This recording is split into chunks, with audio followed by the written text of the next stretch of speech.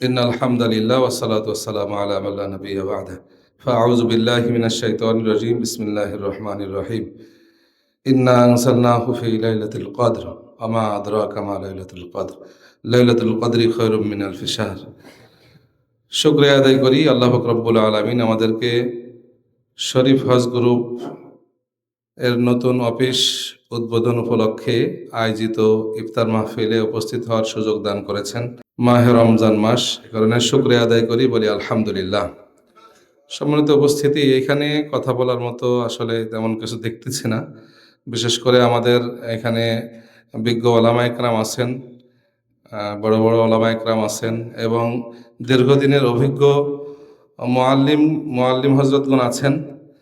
তো আসলে একটা কথাই বলবো, সেটা হলো যে আমরা আমাদের এই কাজটাকে যদি খেদমতের নিয়তে করি এবং বায়তুল্লাহর মেহমানদের খাদেম হিসাবে খেদমত করার নিয়তে, এটাকে যদি পেশা হিসেবে না নিয়ে যদি খেদমতের নিয়তে করি, আমার মনে হয় যে তাহলে আমরা সফলতা আসবে। যেরকম আমাদের এক উস্তাদে মোহতারাম বলতেন যে যদি কেউ ঘর নির্মাণ করার সময় সে ঘরের জানালা রাখে আর নিয়ত রাখে যে এই ঘরের জানালা দিয়ে বাতাস আসবে, তো সে কিন্তু কোনো সওয়াব পাবে না।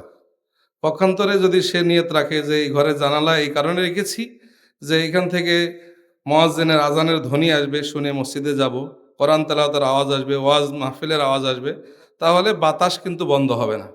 এই কারণে মূল কথা আমি যেটা বলতে চাই যে যদি আমরা নিয়ত রাখি খেদমতের, তো আমাদের ইনকামের রাস্তা কিন্তু বন্ধ হবে না, আল্লাহ পাক রব্বুল আলামিন প্রসারিত করে দেবেন। এজন্য মুআল্লিমিন হযরত আমরা যারা আছি খেদমতের নিয়তে আল্লাহর ওয়াস্তে, হাজিদের আমাদের থেকে যেন কোনো প্রকারের কষ্ট না আসে এবং আমরা সঠিকভাবে খেদমত করতে পারি, আল্লাহ আমাদেরকে সেই তৌফিক দান করুক। বিশেষ করে শরীফ হজ গ্রুপের সম্মানিত চেয়ারম্যান মাওলানা আমানুল্লাহ সাহেব, উনি ওনার আমরা যতটুকু দেখি ওনার জায়গা থেকে যখন যেভাবে কোনো প্রকারের ভেজালতার সুযোগ ওনার ভিতরে নাই।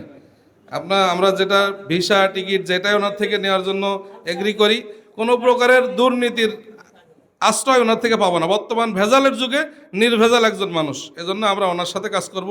আল্লাহ পাক রব্বুল আলামিন আমাদেরকে খেদমতের নিয়তে মৃত্যু পর্যন্ত কাজ করা তৌফিক দান করুন, সকলে বলে আমিন।